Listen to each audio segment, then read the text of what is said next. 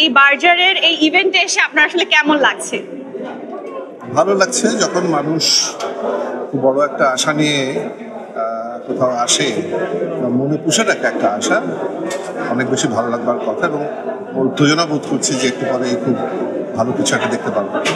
আচ্ছা, অন্যান্য আয়োজনের থেকে এটা একটু ব্যতিক্রম ধর্মী, এটাকে আসলে আপনি কিভাবে দেখছেন, বা এই ধরনের ইভেন্টগুলো কি আসলে হওয়া দরকার আছে?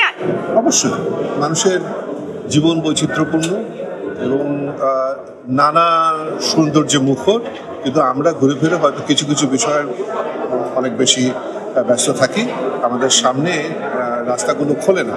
তো এটা একটা নতুন রাস্তা, আমার মনে হয় যে যারা আজকে দেখতে এসেছেন তারা নতুন অভিজ্ঞতা নিয়ে ফেরত যেতে পারবে।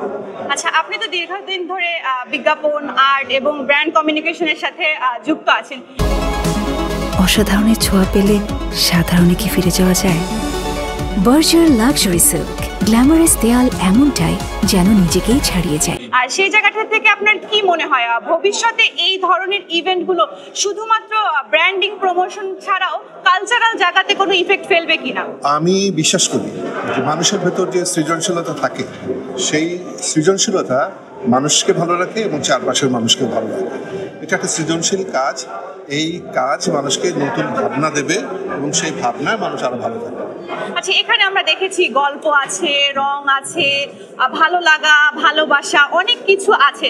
আসলে এই ধরনের যে বিষয়গুলো তরুণ প্রজন্মের ওপর আসলে কেমন ইফেক্ট ফেলবে বলে আপনি মনে করছেন? আর তাদেরকে কি আসলে ভালোবাসার জন্য আরো বেশি উজ্জীবিত করবে? অবশ্যই, কারণ ভালোবাসা এমন একটা বিষয় যেটি সারা জীবন ধরে আবিষ্কার করা যায় এবং সেই আবিষ্কারের জন্য কিছু জানালা দরজা লাগে।